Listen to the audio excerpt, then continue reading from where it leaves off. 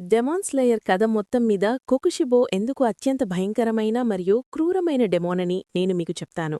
ముందుగా గమనిక, ఇందులో స్పాయిలర్స్ ఉన్నాయి. కొకుషిబోగ్ ఈ సిరీస్లోని అత్యంత లోతైన మరియు చక్కగా రాయబడిన పాత్రల్లో ఒకడని మనకు తెలుసు. కానీ అతను చేసిన దారుణమైన నేరాల గురించి తెలిస్తే డెమాన్ కింగ్ ముజాన్ కూడా అతన్ని ఎందుకు తన బిజినెస్ పార్ట్నర్గా చేసుకున్నాడో మరియు తన సొంత అప్పర్మూన్ సైన్యంలోని అతనిని చూసి ఎందుకు భయపడతాడో మీకర్థమవుతుంది. ముజాన్ సైన్యంలో ఉబియాషికి కుటుంబం యొక్క రహస్య స్థావరాన్ని కనిపెట్టగలిగిన ఏకైక డెమాన్ కొకుషిబో మాత్రమే. అతను ఒకానొక ఉబియాషికి నాయకుడిపై దాడి చేసి అతని తలను ముజాన్కు బహుమతిగా ఇచ్చాడు.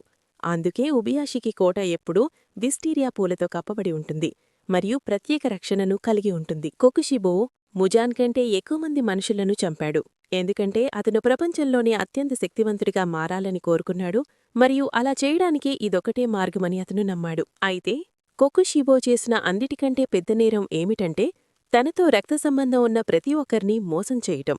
ఇదంతా కేవలం తన తమ్ముడైన యోరిచేపై ఉన్న అసూయ వల్లనే జరిగింది.